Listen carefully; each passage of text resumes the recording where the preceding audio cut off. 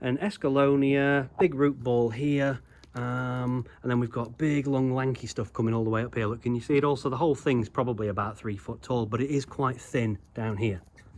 Don't worry about trying to work with all this. What you want to be able to do is not be scared to cut right back, and it's all these that you want to be looking at that we're trying to focus on. What, these little tiny buds? Yeah, just these in here? little tiny buds.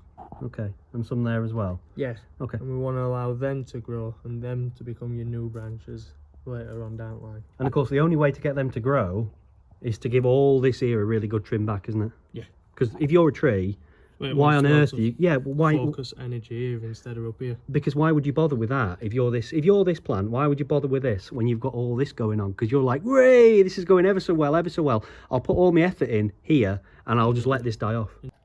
So as an example, we're going to be saying that this branch here with all this on it, we don't need all this, and what we want to do is we want to promote these growing, these buds. So I'd say we're happy to cut right back down here and do away with all that. Okay. So that looks like a dramatic cut, really. Mm. But in the long run, it's going to now focus all its energy just on these and let these become your new branches. I know this looks really scary. Like looks brutal, doesn't it? It does look brutal. Hammered it down here, look. Yeah.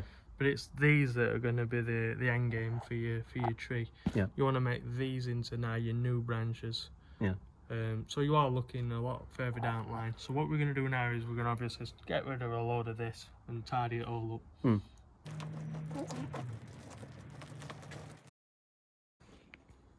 Okay, so this is how far we've took the root system back. So you can see we've heavily cut underneath. We left more of the horizontal roots just coming out around here, but if you cast your mind back a couple of seconds ago to the size of the root ball, which was a lot of soil to be fair, but also quite a lot of root, there's a lot less now, so we can get it into a plastic training pot or something similar, and we can start the bonsai process with it now. Old plastic training pot, mesh over there, wire through there, 1/2 inch of soil in there. Just going to wire the tree in the pot to stop it wobbling about. So wires are starting to come together over the root ball. I've got a bit of fish tank airline, just because when I pull that over there, I don't want that wire to mark that nice surface root that we've got there. Let's get some pliers and tighten that wire up now, just hold it steady. Soil goes in now. Do spend some time like shoving the soil into the gaps in between the roots. People quite often underestimate how long that takes, but it's important to do quite a thorough job with that. Just mix some more soil up. Not going to talk about that now, but do subscribe to the channel, and we've got videos on bonsai soil just on there. Now, in terms of reducing the pot size down further in the future, my ideal aim would be to end up with a bonsai pot that's about the size of this circle here. So I've just mocked it up with a bit of paper just so you can see the kind of size of pot that I'm going to shoot for in the end. Okay, so a couple of weeks has gone by. You can see the buds have fattened up a little bit more since we did the initial work. So if we think back about where the tree was originally, you'll know that it would have been far taller, and if we left all those long branches, we'd have been able to build a tree, but it would have been up here and round here, and it would have been more instant because we'd have had all those branches that we could have wired.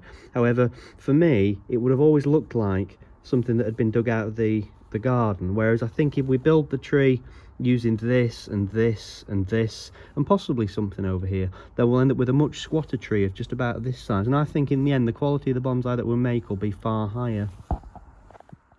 And being an Escallonia, of course, it'll back bud really well, as we've already said. So here's a larger one, but we've still made big cuts to it. Look, you see these great big cuts on here and big cuts on here. So I'm happy for this tree to be this kind of size because we've got all this thickness of wood and this width down here. There we go, folks. That's Escallonias that we've cut back hard. Just bear in mind that how much root you take off and how hard you can cut back does depend on the species of trees that you're working with. So that's where your research and your knowledge comes into play.